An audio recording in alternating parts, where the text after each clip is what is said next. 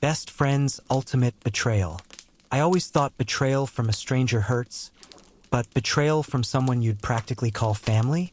That breaks something inside you that never fully heals. And that's exactly what happened with Mia, the girl I trusted more than anyone besides my own blood. We met in college. She was wild, loud, fearless. The type of girl who could turn the most boring situation into a story worth retelling. I was quieter, more reserved, the planner to her chaos. We balanced each other. People used to joke that we were like siblings. I thought we'd be old together, still laughing about dumb college mistakes. I never expected she'd be the one mistake I'd never recover from. Everything started changing the moment I got the job at Loris & Company, one of the fastest-growing design firms in the city. I worked like hell for that interview, portfolio updates, mock sessions, late-night projects. Mia cheered for me the entire time. Or at least I thought she did. The day I got the offer letter, I showed it to her first. She hugged me, screamed, jumped around my living room like she wanted herself. I believed her excitement. I didn't see the jealousy forming behind her eyes. The first few weeks at the firm were a dream. I loved the team, the projects, the environment, everything. I was learning more in a month than I had in years. My boss, Adrian, was tough but fair. He liked my work and told me I had real potential. And that's when things slowly shifted with Mia. She started making comments. Small at first, easy to brush off. Must be nice working at some fancy place. Don't forget us normal people. You're gonna get too busy to hang out, huh? I thought she was joking. We always teased each other. I never imagined those little lines were cracks forming in our friendship. One Friday night, she invited me out for drinks with a few old friends. I hadn't been out in weeks because of work, so she was excited to finally get her best friend back. That night, she asked me dozens of questions about the firm, who worked there, what projects I was doing, who I talked to, what software I used. I thought she was just taking interest. I had no idea she was gathering information. Then things took a darker turn. One evening, I noticed her texting a lot while I talked. She kept locking her phone every time I glanced over. She was acting weird, twitchy, defensive, like she was hiding something. I tried not to overthink it. But then she started dropping oddly specific comments. So you guys use Zephyr Pro for mockups? You said Adrian hates last-minute revisions, right? That client, Redwood, didn't they want their entire theme redone? I froze. I had never told her those details, at least not in full. And if I had mentioned them in passing, she shouldn't have remembered this much. Her tone wasn't curious, it was calculated. I shrugged it off because she was my best friend. We had no secrets. Why would I suspect her of anything? Then came the day everything cracked open. I walked into the office expecting a normal Monday. Instead, the entire floor was buzzing. People were whispering, some were glaring, and others were staring at their screens like something huge had just dropped. I had barely logged in when Adrian called me into his office. He didn't look angry, he looked disappointed. His eyes gave it away before he even spoke. "Can you explain this?" he asked, turning his monitor toward me. My heart dropped. There on the screen was a portfolio proposal, my proposal, the one I'd been working on for weeks. My layout, my design, my color scheme, my typography, everything. Except it wasn't sent from me. It was submitted by someone else. Mia. I felt the blood drain from my face. I actually thought I might faint. I didn't send this, I whispered. "I know," Adrian said calmly. "But she claimed she collaborated with you, that you two were working together, that you gave her permission to build on your draft." I stared at him. "That's a lie. I didn't even know she was applying here." He sighed. "I figured, but I had to ask." My mind was spinning. Mia, applying to MY Company, using MY work, and then claiming I helped her, felt unreal. Adrian leaned back. She also used internal data, confidential project details, things only someone inside the firm would know. I felt sick. It all made sense now. The questions, the jokes, the weird behavior. She had been mining me for information, and like an idiot, I handed it over without thinking twice. She didn't get the job, he added. Her interview was sloppy and her story fell apart when HR pressed her. But she insisted she was your partner on the project. She kept saying she should get partial credit since you inspired her. My head spun. My stomach twisted. I'm so sorry, I whispered. I never shared anything on purpose.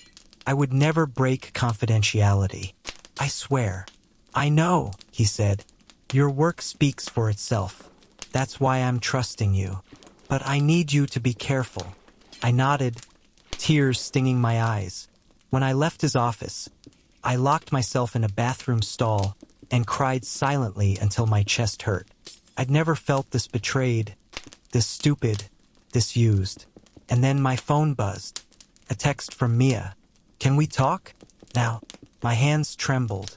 I didn't answer. A second text came. I didn't mean for things to get messy. Just hear me out. Messy? Messy? She tried to steal my work. She tried to take my job. She tried to ruin my reputation. And she called it messy? I finally texted back. You lied to my boss. You stole my work. You tried to get me fired. What the hell is wrong with you? She replied instantly. Stop being dramatic. You weren't even using that version anymore. I just needed a foot in the door. You know how hard it is for me. You should have helped me. I stared at the message, shocked. Help her? By risking my job? By breaking my contract? By letting her steal my work? My hands shook with anger. I wrote back, we're done. Don't contact me again. She didn't take that well. My phone exploded with messages. Wow. So you're choosing a job over a decade of friendship? You think you're better than me now? You owe me. After everything I've done for you, I'll make sure everyone knows what kind of person you are. Then, you'll regret this. That was the moment the fear set in. Not because of her threats, but because I finally understood something painfully clear. She never loved me. She loved what I gave her, what I shared with her, what she could take from me. Every late-night talk, every comforting moment, every celebration. She'd filed it all away as leverage. And now that I wasn't useful, she turned into someone I didn't even recognize. And things only got worse from there. Worse than I ever imagined. When Mia told me, you'll regret this, I assumed it was just her being dramatic, throwing one last tantrum before disappearing from my life forever. I didn't think she'd actually follow through on anything. I didn't think she'd take it further than hurt feelings and passive-aggressive texts. But betrayal tends to come in waves, not a single hit. And the next wave hit harder than the first. 2 days after I cut her off, my manager called me into a meeting. Not Adrian, my actual team manager, Serena. She wasn't the emotional type. She was sharp, composed, and direct. So when I walked in and saw her frowning at her tablet, my stomach dropped.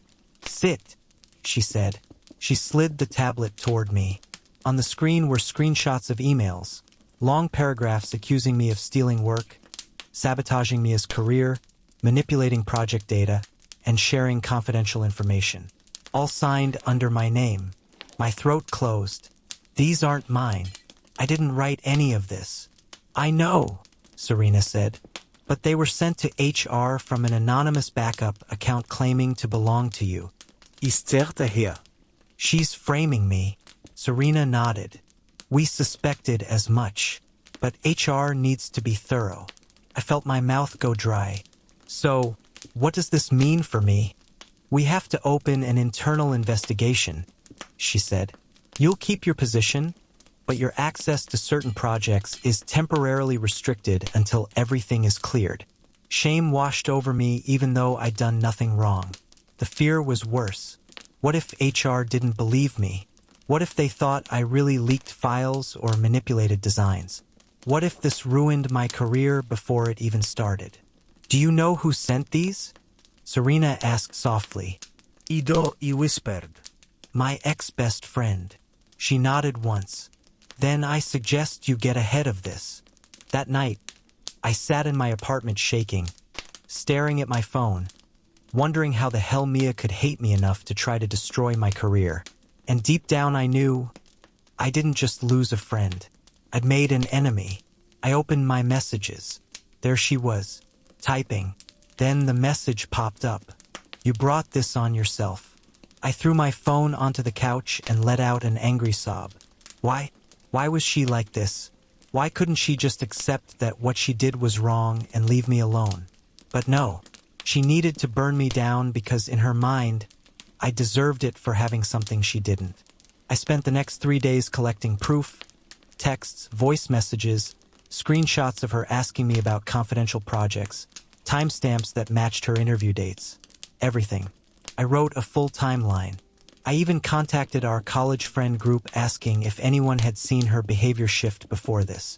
And as it turns out, she'd been talking about finding a shortcut into the design industry for months. One girl secretly sent me a voice note. She's been trying to copy you for years. You just never noticed. That hurt more than anything. Armed with evidence, I met with HR. It was a 2-hour meeting. They listened closely, took notes, asked detailed questions. Several times, they exchanged glances that told me they had already suspected she was lying. By the end, HR told me they would handle it and that none of the accusations matched my work behavior or history. But even after the relief, something still stung. Why wasn't I enough for her? Why did she need to destroy what I built instead of building her own? That question kept me awake at night. But the final blow came on a random weekday morning. I'd barely stepped into the office when Adrian waved me into his meeting room. Mia emailed the CEO, he said. I blinked, stunned. What? Adrian's jaw tightened. She claimed you have been sabotaging her career for years. She accused you of lying, cheating, manipulating, and called you a dangerous person. My heart pounded. Is this ever going to stop? She also attempted to leak our upcoming client design, he added. She said you gave it to her. I felt the world freeze. She what? I never. I know, Adrian cut in. We traced the metadata. The file came from her device. HR has already flagged her.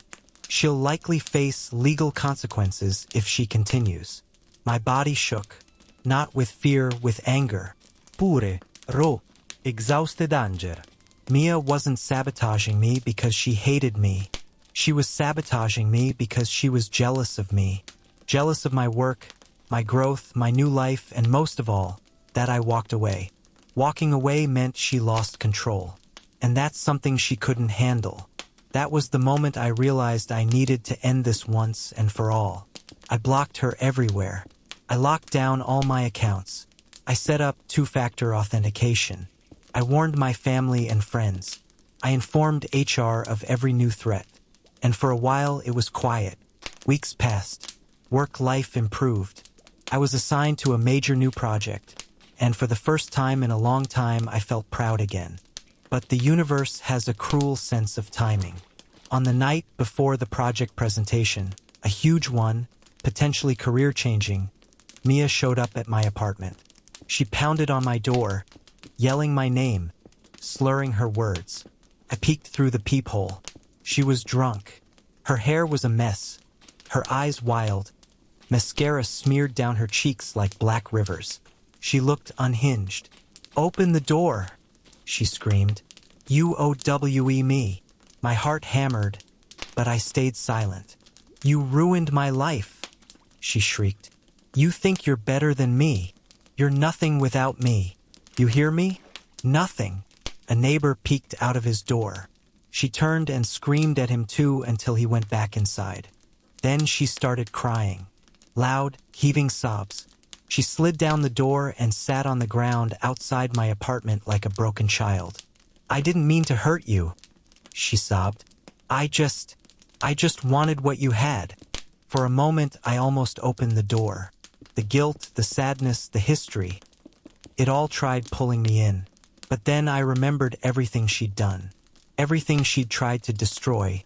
everything she'd taken from me. I stayed quiet. Eventually, her sobbing faded. She stumbled to her feet, swaying, and left the hallway, her footsteps echoing away like the final chapter of a story I never wanted to be part of. 3 days later, HR notified me she had been issued a legal warning. A week after that, I found out she moved back to her parents' house in another state. And just like that, she was gone. Not with closure. Not with forgiveness. Not with peace. Just gone. Losing her felt like losing a limb, but it also felt like removing a knife that had been hidden inside me for years. I'm healing now. Slowly. Not perfectly, but honestly. And if there's anything I've learned from this entire mess, it's this. Sometimes the people closest to you aren't your safety net. They're the ones holding the scissors. And if you're listening to this right now, thank you for staying with me through it. If you want more stories like this, raw, real, and unforgettable, make sure you subscribe so you don't miss the next one. I've lived in the same quiet suburban neighborhood for most of my life. The kind of place where nothing dramatic ever happens, where people wave when they drive by, where front yards stay neat and trimmed, and the loudest noise you'll hear after 9 p.m. is someone's sprinklers turning on. It's the kind of place that feels safe almost by default. The kind of place where you assume you know everyone, even if you've never had a real conversation with them. And for most of my life, that assumption never caused me problems. Until the day my new neighbor moved in. At first, nothing about him seemed strange. He was a tall, quiet man in his late 30s or early 40s, with this distant expression like he was always thinking about something far away. He had a clean-cut look, hair always neatly combed, shirts always tucked in. He didn't interact much, but in a neighborhood like ours, that didn't stand out. Some people kept to themselves, and that was fine. His name was Daniel. I only knew that because I once saw a package on his doorstep with the label facing outward. And honestly, that was the most personal detail I knew about him for the first couple of weeks. He moved in on a Wednesday afternoon. A single moving truck, barely any furniture, and not a single friend helping him. I watched out my window for a bit, not because I was nosy, but because the house had been empty for months and I was curious about who finally bought it. He carried everything himself. Boxes, bags, a mattress, a couple of chairs, and one medium-sized wooden trunk that looked old as hell. Not antique old, more like attic old, dusty old, the kind of old that carries some kind of story behind it. That caught my attention, but only for a moment. Everyone owns weird things. I didn't think much of it. For the first week, he barely came outside. I only saw him twice. Once when he was checking his mailbox, and once when he was taking out trash at night. Both times, his eyes avoided mine, and he kept his head slightly low, like he didn't want to draw attention to himself. Again, some people are just shy. But then little things began happening. Things I brushed off at first. Things that didn't seem connected until they all started piling up into something I couldn't ignore. One night, around 2:30 in the morning, I woke up to this faint rattling sound. At first, I thought it was just wind, but when I fully woke up, I realized it wasn't coming from outside. It was coming from the house next door, Daniel's house. It sounded like metal clinking or something vibrating repeatedly. It lasted maybe 10 minutes and stopped suddenly. I almost convinced myself it was some appliance malfunctioning. A dryer, a heater, something normal. Then it happened again the next night, and the night after that. Always around 2:30 a.m. Always the same metallic clinking. Always stopping abruptly, like someone flipped a switch. It became a routine sound. One I tried to ignore because honestly, I didn't want to be the weird neighbor obsessed with someone else's business. If the noise had happened during the day, I wouldn't have cared at all. But something about it happening at the exact same time every night was just odd. I didn't say anything. You don't walk over to a man you barely know at 2:40 in the morning to ask why he's making strange noises. I didn't want to be rude or paranoid, so I let it go. But then there was the basement light. His basement had a single small window facing my side yard. I didn't notice it at first, but one night when I took out the trash, I saw a faint yellow glow coming from the window. It wasn't unusual. People work late. But when I passed by again, an hour later, the light was still on.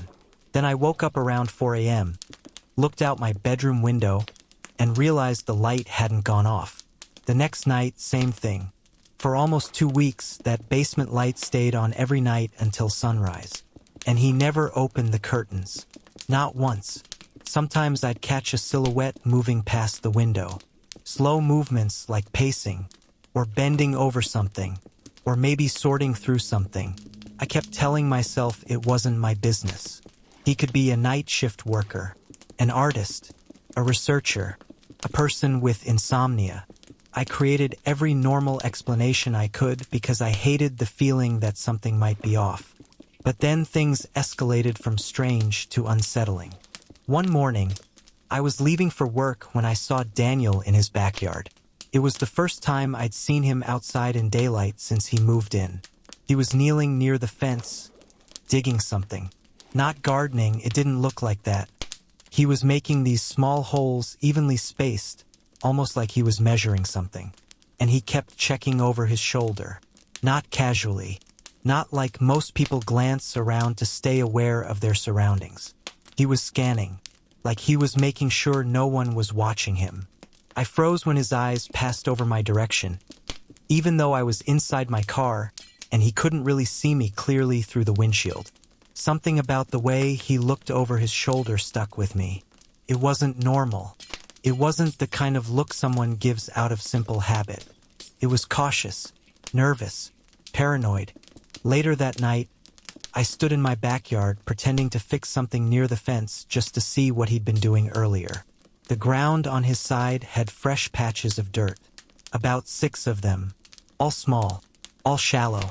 I didn't want to jump to conclusions, but the first thought that hit me was how weirdly similar they looked to the holes people dig for bait traps or small containers. But why would anyone need 6 of them? Around the same time, another strange pattern showed up. Every morning, before sunrise, Daniel would leave the house for exactly 10 minutes. I know because I started noticing his front door opening at the same time every day, 5:14 a.m. Not 5:10, not 5:20, exactly 5:14. Every single day. He'd walk to his car, sit inside without turning on the engine, stay there for 10 minutes, come back out and go into the house again. I never once saw the car move. He just sat there. Sometimes his hands were gripping the wheel tightly. Sometimes he leaned forward with his forehead resting on his hands like he was fighting something inside himself. Not anger, not sadness, more like conflict. But as strange as all that was, I still managed to convince myself it wasn't my business. Until the night I heard the scream. It wasn't loud. It wasn't long.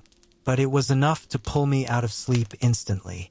It was the sound of someone trying not to scream loudly, like something was muffling it or like someone was trying to hold the sound in their throat. Came from Daniel's house.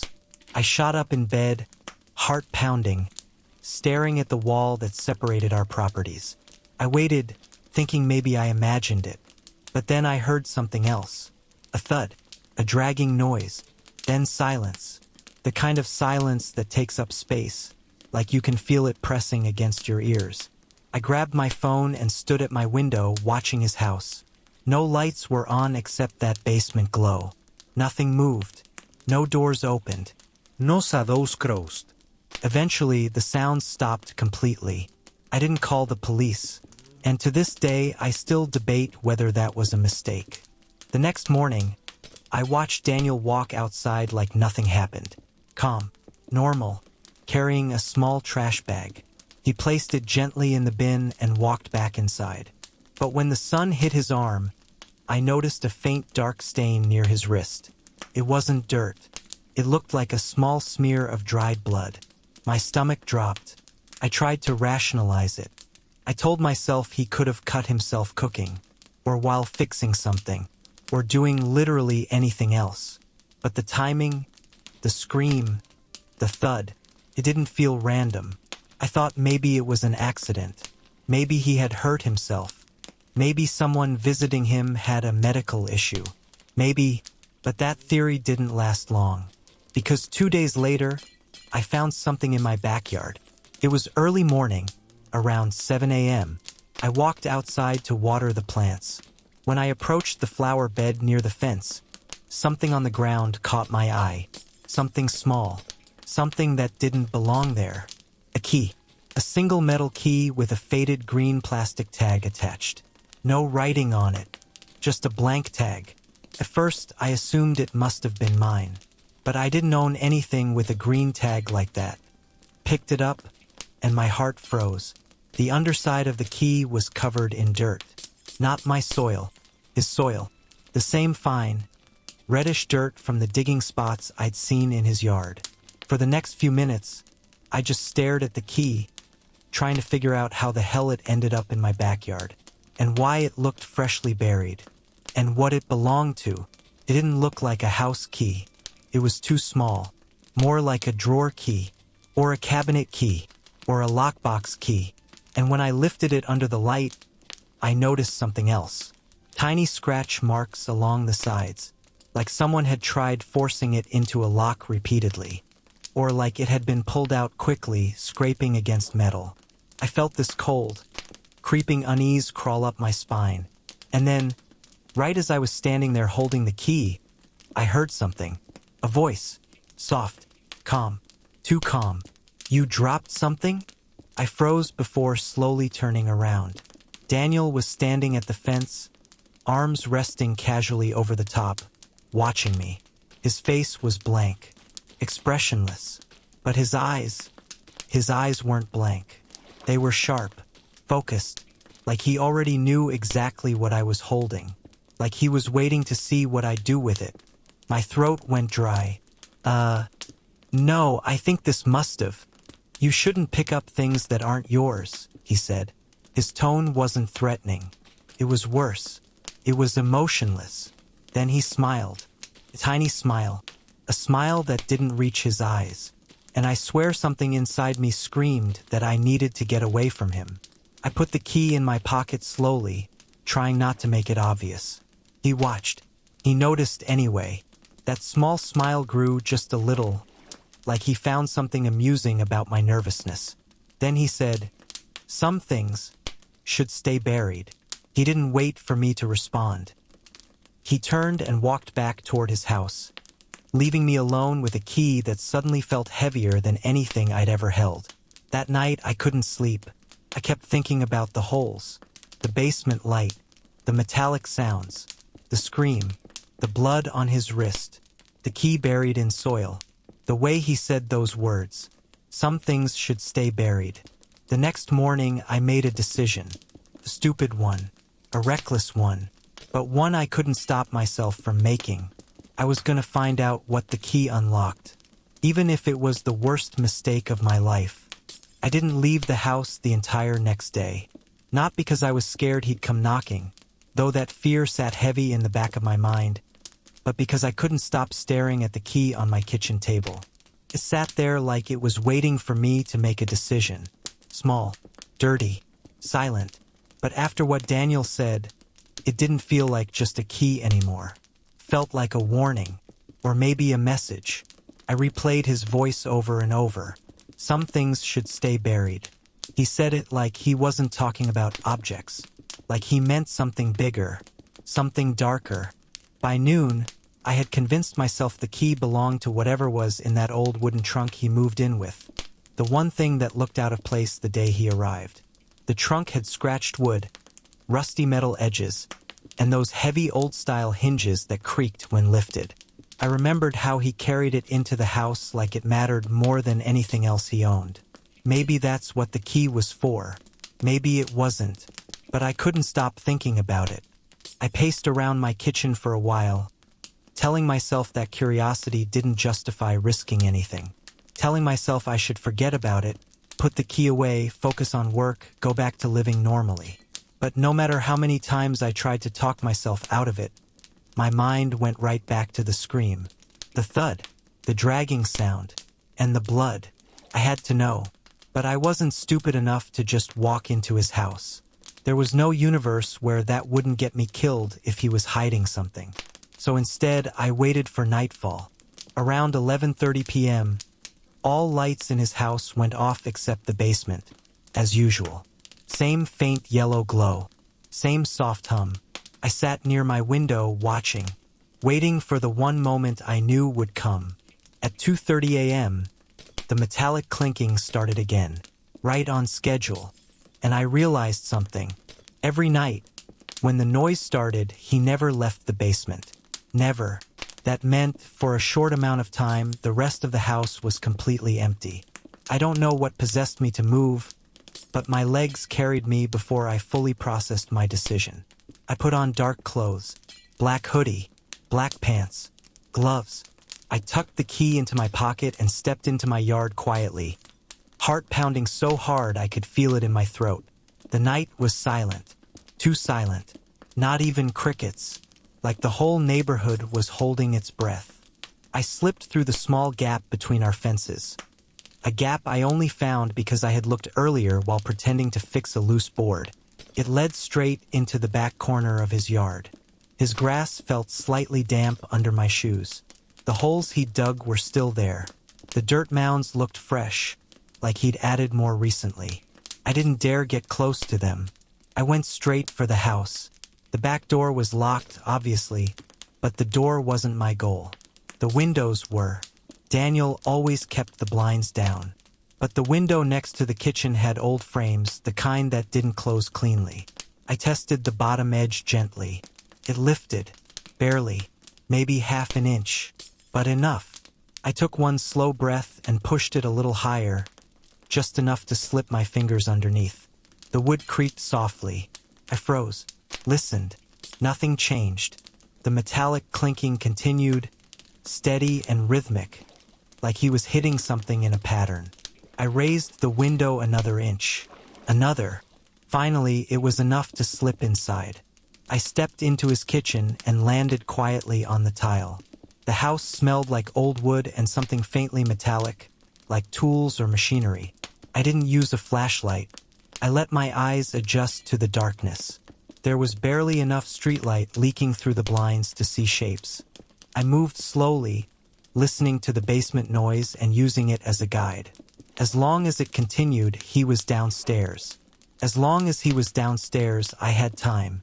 The living room was almost empty. No decorations. No photos. No family portraits. Nothing personal at all. Just a couch and a small table. It didn't feel lived in. It felt temporary, like he didn't plan to stay long. I checked the hallway next, walking slowly. Every step made my chest tighten harder. Then I saw it. The trunk, sitting against the wall near the stairs. Same old wood. Same rusted edges. Same heavy lock. And suddenly I felt that chilling realization ripple through me. If this key didn't belong to the trunk, what else could it belong to? I knelt in front of it, hands shaking. The metallic clinking downstairs echoed through the house, but it felt more distant now, like I was slowly peeling back layers of something I was never meant to see. I pulled the key from my pocket.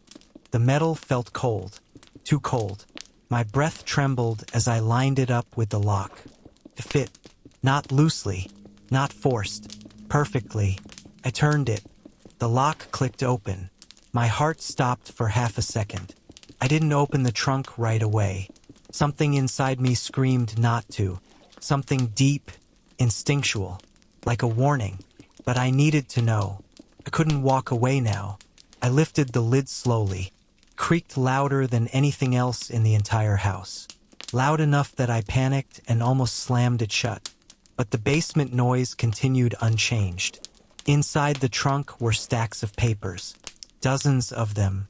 Some old, some new, some crumpled, some neatly clipped together. And underneath the papers, children's drawings. Hundreds of them. Drawn with crayons. Colored pencils. Watercolors. Some were bright and cheerful.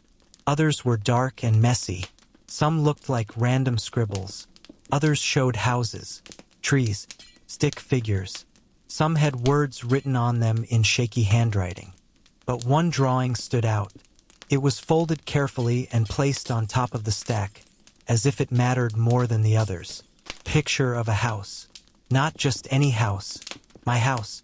I felt my stomach twist painfully. My throat closed. My hands went numb. The drawing showed my house with a big red X drawn over the front door. And next to the door was a stick figure labeled me. Not me as in the child who drew it. Me as in me. My actual house. My actual self. Drawn by a child I had never met. By someone Daniel apparently knew. Why would he have this?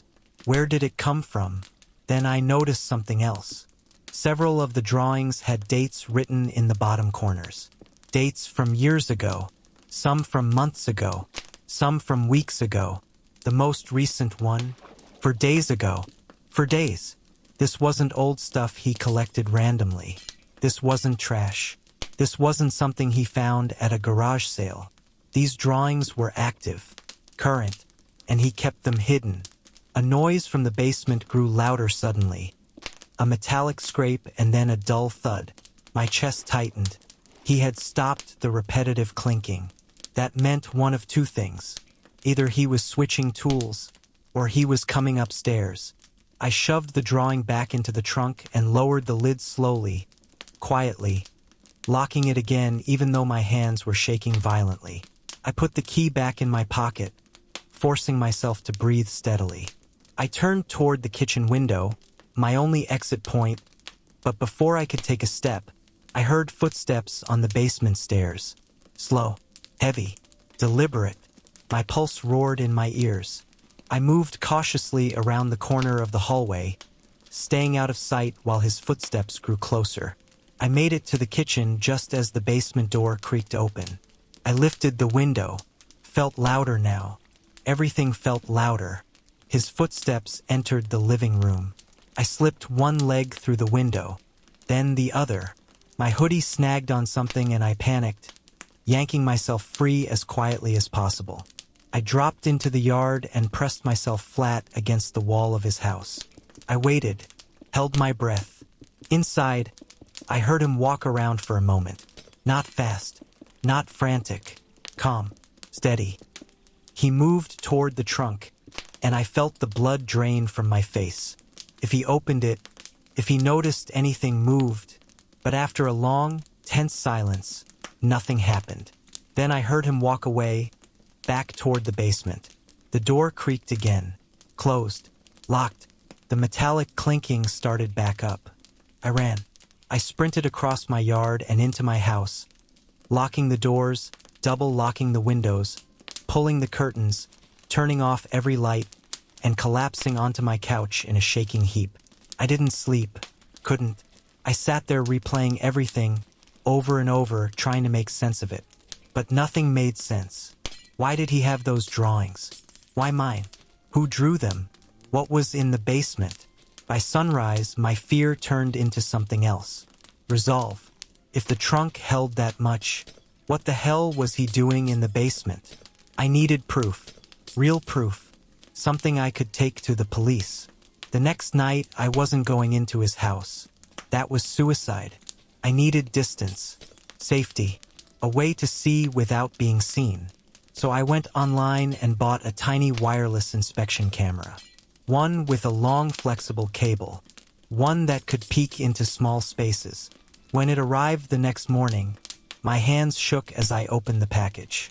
It was stupid, risky, dangerous, but I couldn't stop. If I ignored this, and something terrible happened, I'd never forgive myself. That night at 2:30 a.m., when the metallic clinking started again, I waited until it found its rhythm. Then I slipped into my backyard and crouched near his basement window. The blinds inside were down, as always. I slid the camera cable through a tiny gap along the bottom edge of the window frame. My phone screen lit up with a live view. At first, all I saw were shadows and dim yellow light. Then the camera adjusted, and I saw the basement clearly. Daniel was standing near a metal table, and on that table was another trunk, identical to the one in the hallway. Only this one was open, and inside, my chest tightened painfully. Inside were more drawings. Dozens. Hundreds. Every wall in the basement was covered in them. Taped up. Layered. stacked. Old ones, new ones, childish scribbles, disturbing scenes, houses, stick figures, red X's, notes written in shaky handwriting. And in the center of the room, on the floor, was a circle made from dirt and old papers. But the worst part? The newest drawing was taped right in the center of the table, under a lamp. It was fresh enough that the paint was still slightly wet. And it wasn't a child's drawing. It was intricate, detailed, too detailed. It was my backyard, drawn from above. And standing in the yard was a figure, dressed in black, holding something long and thin in their hands. Took me a few seconds to realize what I was looking at. It was me holding the inspection camera cable. In real time, he had drawn me before I even got there. Or worse, he expected me. My lungs stopped working, and then Daniel turned around, slowly, deliberately, and he looked directly at the camera sticking through the window, like he'd been waiting for it. For me. For this. He didn't look surprised. He didn't even look angry. He just smiled. A calm, cold, lifeless smile. Then he reached behind him and grabbed something from the table. A key. A green-tagged key, identical to the one I had in my pocket.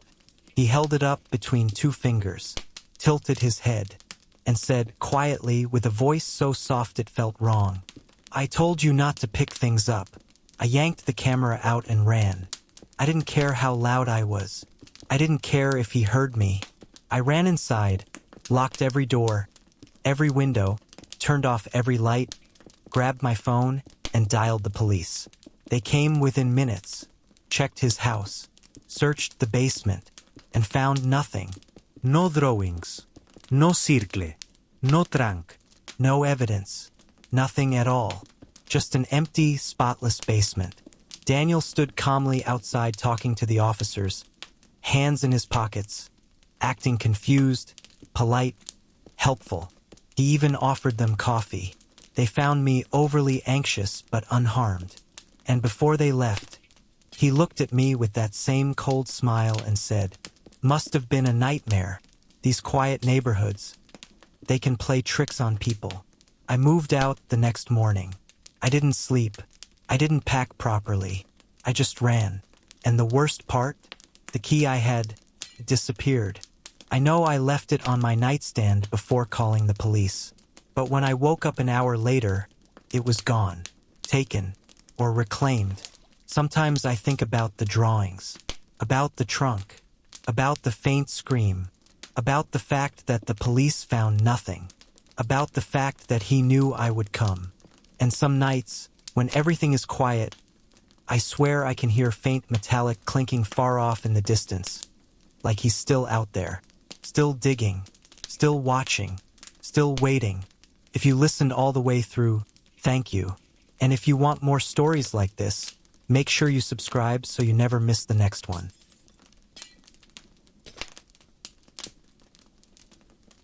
I always thought I was good at reading people. Not perfect, obviously, but decent enough to know when someone was hiding something from me. My mom used to joke that I had emotional radar, the type that could pick up patterns before they turned into problems. Every relationship I'd ever been in was built on that ability. Noticing small details, connecting dots, and catching red flags before they became disasters. But with Liam, I feel like I was blindfolded the entire time. We met the way many predictable modern couples do, through a dating app that was supposed to be casual, low pressure, and not meant for anything serious. I wasn't looking for a life partner or anything life-changing. I'd just gotten out of a long-term relationship and wanted to feel like someone still found me interesting. Someone who'd ask how my day was. Someone who'd flirt. Someone who'd remind me I wasn't invisible. Liam slid into my messages with a simple, "Your smile looks like trouble in the best way." Normally I roll my eyes at lines like that, but something about it felt playful, not forced. His profile wasn't like the others either. No shirtless gym selfies, no weird bathroom mirror photos. Just 3 relaxed, candid shots. One of him with a dog, one of him in front of a messy bookshelf, and one where he was laughing so hard his eyes were squinted shut. He looked real. He felt real. And when we finally met in person, he was everything his pictures promised. Charming, calm, warm. The type of man who made you feel safe just by listening, really listening, as you talked. Within a month, we were inseparable. Within 3, he practically lived at my place. He said all the right things. He remembered tiny details about my life. My favorite chips, the way I hated overhead lighting, the fact that I always forgot where I put my keys. He carried my groceries, kissed my forehead when I was stressed, and never complained when I vented about work. I told my best friend Mia that he was the most emotionally stable man I'd ever met. She raised an eyebrow and said, "Stable men don't exist. They orbit Earth, but they don't land." I should have listened, but at the time, everything felt perfect. Looking back, the first red flag was something small, something I brushed off as privacy, boundaries, whatever. Whenever Liam received texts, his phone always faced down. He wasn't dramatic about it, but it was consistent. If I sat beside him on the couch and leaned over to see something on his screen, he'd angle it away just slightly. Not aggressively, not enough to start a fight, but enough for me to notice. When I mentioned it once, he smiled and said, "You know, I get anxious about work notifications. I just don't like seeing them." It sounded reasonable enough. Then came the late-night calls. He'd step outside, even when it was cold. "Just quick work stuff," he'd say. Work, work, work. Everything was about work. I didn't question it because he seemed stressed about his job. He worked in digital marketing, something vague involving client management, which honestly could have meant anything. He wasn't secretive about the nature of his job, but he also wasn't super descriptive. And I didn't push. Why? Because when someone treats you better than anyone else ever has, you don't want to ruin it by assuming the worst. You want to believe that this time you got lucky. But then there was the weekend he disappeared. We were supposed to go to a small lakeside cabin for 2 nights. It was nothing fancy. We both just needed a break from our routines. I packed everything, picked up snacks, even got a new board game for us to play. He was supposed to meet me at my apartment at 6 p.m. That was the plan. He didn't show up. At first I wasn't worried. He often ran late, and he'd always apologize with that boyish smile that made it impossible to stay mad. But by 6:45, he wasn't answering texts.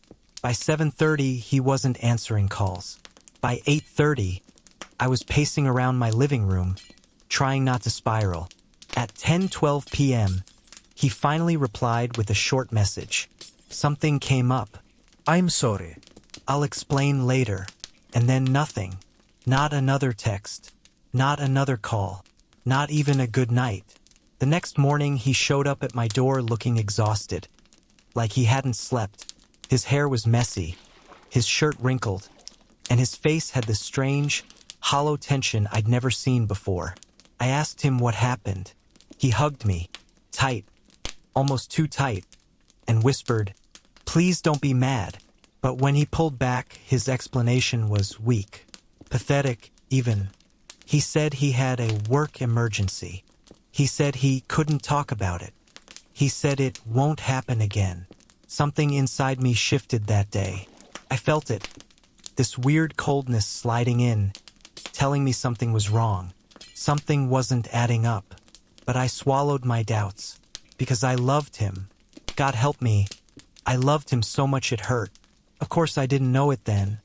But the cabin cancellation wasn't the first time he disappeared like that. It was just the first time I noticed. The next few weeks were strange. Liam became more affectionate out of nowhere, almost smothering, like he was trying to make up for something I didn't know he did. He cooked dinner more, cleaned more, bought me little gifts for no reason. A bracelet, a candle, my favorite cookies. Most people would think it was sweet, but I've learned the truth. Love is steady. Guilt is overwhelming. I started noticing patterns. He'd decline weekend plans. He'd turn down spontaneous outings. He'd avoid introducing me to new people. He kept me away from certain parts of his life like I was a secret, And every time I asked why, he acted confused, like I was imagining things. "You're overthinking," he said. "You know I'm loyal," he said. "You're my only one," he said. Lies sound so beautiful when told by someone you trust. The breaking point happened one night when he forgot to lock his phone. He always had it passcode protected. Always. He entered the code so fast I never saw the pattern. But that night he fell asleep on the couch next to me after we watched a movie, and when I reached to take the blanket off him, his phone buzzed, and it unlocked. No passcode. My heart stopped. It was the first time in our entire relationship that his phone allowed me inside without a barrier. I wish I could say I resisted temptation. I wish I could say I respected his privacy. But the truth is, curiosity mixed with fear is a dangerous combination. I picked it up. At first everything looked normal. Normal chats. Normal notifications. Normal apps. But then I saw the hidden folder. No, not technically hidden. Just placed so far from the home screen that you wouldn't find it unless you scrolled through multiple pages. The folder was labeled Archive. Simple. Innocent. Nothing alarming. Inside were screenshots. Tons of them. Conversations. Photos. Messages. From another woman. Her name was Elise. My hands started shaking so hard I almost dropped the phone. At first, I actually hoped that she was a cousin or an old family friend or someone from work he was helping. But the screenshots told a different story. Messages like, "Last night was perfect. I miss you already. When can I see you again? She doesn't suspect anything. That was me." I scrolled further. There were dates. Pictures of them together. Selfies he took in my bathroom but sent to her. Messages where he told her he loved her. Messages where she called him baby. And then a picture of them kissing. Time-stamped the same weekend he ditched our cabin trip. My chest felt like it imploded. Like someone punched me from the inside. Like all the air in the room evaporated at once. He wasn't just cheating. He was living another life. One where I didn't exist. One where he was someone else entirely. I dropped the phone onto the couch, covered my mouth, and ran to the bathroom because I thought I was going to throw up. My vision blurred. My heart pounded. My ears rang. And then I heard it. His voice. "Babe, where'd you go?" He was waking up. I stood there, gripping the bathroom sink, staring at myself in the mirror. My face was pale, my eyes red, my breathing shallow. I had two options. Confront him right then, broken, emotional, unprepared, or act like I saw nothing and find out the full truth. Because something in my gut whispered, this wasn't just cheating. This wasn't just a double life with another woman. It was something bigger, darker, and I wasn't ready to face it yet. Not until I knew everything. So I wiped my face, steadied my breathing, and stepped out of the bathroom. Liam smiled at me like nothing was wrong, and I smiled back, because the game had just begun. I didn't sleep that night. Liam did. Peacefully, comfortably, draped across my bed like he hadn't just detonated my entire world. His breathing was soft and steady. He looked innocent. He looked gentle. But innocence is just camouflage for people like him. I lay beside him, staring at the ceiling, replaying every moment of our relationship like a movie running too fast. Every late-night call, every canceled plan, every weird excuse, every little detail I dismissed as stress or privacy or normal relationship stuff. The truth was so much uglier. He wasn't stressed. He wasn't private. He wasn't normal. He was two different versions of himself, one for me, one for her, and maybe one for others too. My emotions weren't just heartbreak. They were humiliation, anger, dread, confusion, and something even worse, determination. It was like a switch flipped in me. I had to know everything, every message, every lie, every detail he hid. So the next morning, when Liam woke up and tried to kiss me, I forced myself to act normal. Not because I forgave him, but because I needed information before I confronted him. The worst thing you can do with someone like that is show your cards too early. He made breakfast like nothing happened. He joked around. He hugged me from behind while I made coffee. And all I could think was, you touched her with these same hands. I wanted to scream, but I didn't. Instead, I asked casually, you have work today? He nodded. Yeah, big meeting. Probably a long one. Of course he did. His excuses were always ready, like he rehearsed them. He kissed my forehead and left. And the moment the door clicked shut, I exhaled, for the first time in hours. I grabbed his phone. He'd taken it with him, obviously. Liam never left it behind. But that wasn't my only option. I had his laptop password.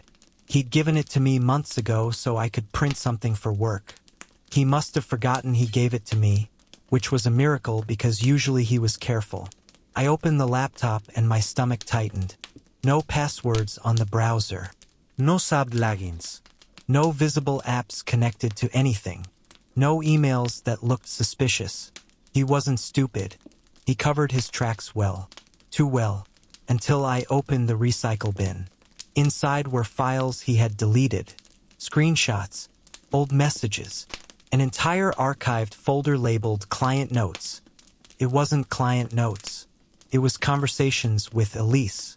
Not just screenshots. Full conversations. Voice notes. Pictures. Plans. I clicked on a voice note and hearing his voice saying things he used to say to me, saying them to her, felt like someone punched me through the chest. He told her he missed her. He told her she was his escape. He told her he was stuck in a relationship he didn't want to be in. And then, I'll figure out how to leave her without drama. Leave me. Without drama. Drama as if I was a burden. As if I was something he needed to get rid of. That sentence lit something in me, a burning heat in my spine. I kept scrolling. More messages, more photos, more lies. But then something new appeared. Something that didn't match the romance cheating narrative. Elise wrote, I don't want to get in trouble with your situation. What situation? He replied, you know I'm handling it. Just don't mention anything to anyone. Especially not her. Especially not me. Of course. Then Elise again. What if she finds out about the money? I don't want to be involved if she reports anything. Money? My chest tightened. I read faster, scanning for context. Another message from Liam said, relax. It's not illegal. And it's temporary. She won't find out. Trust me. Not illegal. Temporary. She won't find out. He was hiding something bigger. Something definitely involving money, and maybe something that wasn't temporary at all. I had to talk to Elise, but I needed her contact information first. The messages didn't show her number, and her profile photo was blurry, but her username had a unique format, something like Elise_Rivera89. It looked like an Instagram handle, or a Snapchat one. I checked Instagram. Nothing. I checked Facebook. Nothing. Then I checked Snapchat. There she was. And her story had been updated 5 minutes ago. My heart pounded as I clicked it. It was a picture of a hotel room mirror. Her reflection was in the frame.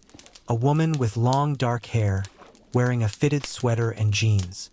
She was beautiful, effortlessly beautiful, like she knew exactly what she was doing. Behind her, on the bed, were 2 suitcases. The caption said, when you're finally done waiting, Redheart. Done waiting for what? For him? For their next trip? Or for him to leave me? I screenshotted her profile picture and saved her username. Now I needed proof. Real proof. That Liam wasn't just cheating emotionally or physically, but financially or legally too. That way, when I confronted him, I'd have everything. No lies. No arguments. No manipulation. He messaged me around noon. Hey baby, how's your day going? I stared at his text for a moment, my hands trembling. I typed back, good, miss you. His reply came instantly. Miss you too. He had no idea I knew. He had no idea his world was about to collapse.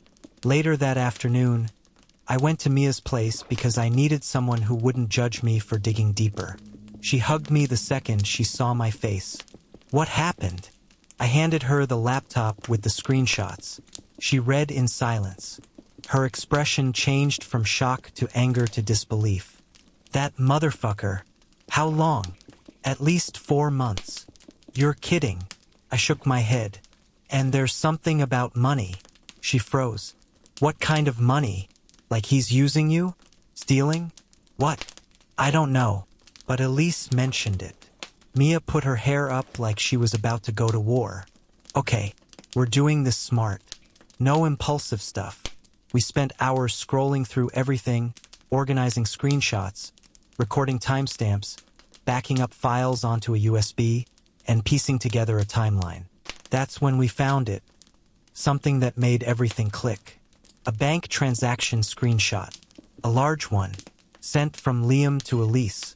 Not once. Not twice. But multiple times. Amounts like for $100, $600, $950, $1,200. He wasn't just cheating. He was financially supporting her. Giving her money behind my back. My hands shook so hard I dropped the mouse. Why is he giving her this much money? I whispered. Mia stared at the screen. There's only a few reasons a guy would do that. What reasons? She hesitated. 1, he's in love with her. 2, she's blackmailing him. 3, she's helping him hide something. My stomach twisted. What if all 3 are true? Mia exhaled. Then he's more dangerous than you think. Dangerous. The word echoed in my head. That night, I sent a message to Elise. Hey, I think we need to talk. It's about Liam. She read it instantly, didn't respond, then blocked me. That told me everything I needed to know. She wasn't innocent. She wasn't oblivious. She was part of it. When Liam came home that night, I acted normal again. He hugged me, kissed me, told me he missed me. I pretended everything was fine. My performance deserved an award. He didn't suspect a thing. But when he showered, I checked his jacket pockets. Inside, I found a hotel keycard. The same hotel Elise posted from. Room 317. I felt my heartbeat spike, but I stayed quiet. I didn't confront him. Not yet. I was gathering everything I needed. The next day, he went to work again, and I went to the hotel. When I walked inside, the lobby smelled like lemon and vanilla. Soft music played. It looked too peaceful for what I was about to uncover. I went straight to the elevator, pressed 3, and walked down the hallway until I reached room 317. My veins pulsed like fire. My breath shook. I knocked. No answer. I knocked again. Still nothing. Then I heard it. Footsteps behind me. I turned slowly, and Elise was standing there. Her eyes widened when she recognized me. She froze. I said quietly, "Open the door." She shook her head. "You need to leave. Open the door." We stared at each other. Then she swallowed and unlocked it. The room was messy. Suitcases open, clothes scattered, takeout containers everywhere. My heart dropped when I saw Liam's shirt on the chair. Then his shoes. Then his notebook. He'd been living here part-time. Elise crossed her arms. "What do you want?" "The truth."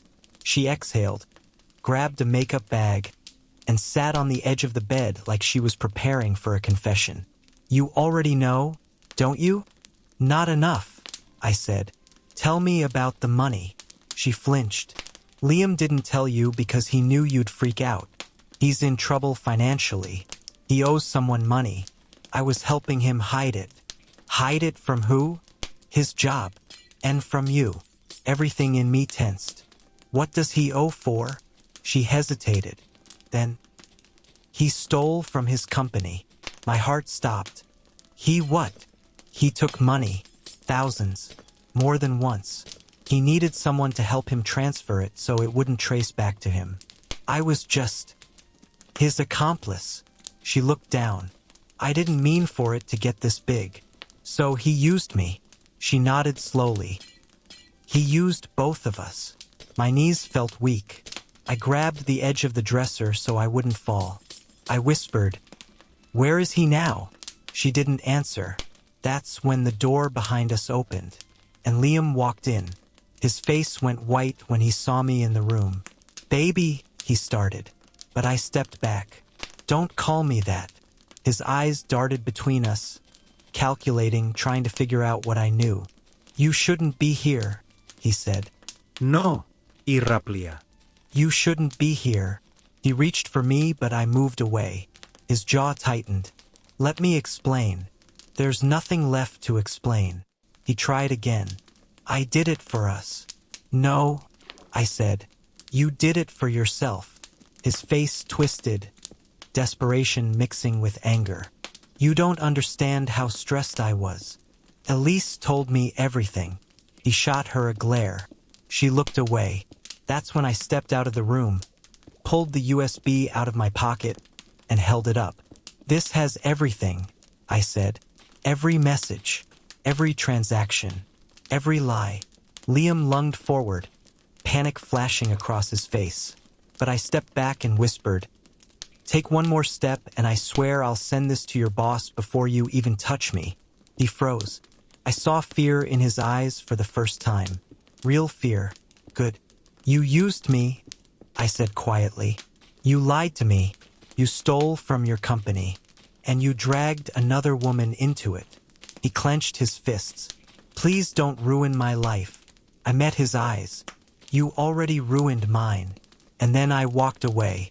I didn't look back. Not once. When I got home, I locked every door, closed every window, blocked his number, deleted his photos, and packed the things he left in my apartment. I cried for hours, not because I missed him, but because the person I loved never existed. He was a character in a story he wrote, a story filled with lies, betrayal, and secrets I wasn't meant to uncover. But I did, and I survived. And when my voice finally stopped shaking, I whispered the truth to myself. I deserved better. I always did. If you're listening to this right now, don't ever ignore your instincts. Don't ever let someone make you feel crazy for noticing what's right in front of you. And if you ever feel alone, betrayed, confused, or lost, you're not. You've got someone right here who understands you. And if this story made you feel anything at all, stick with me.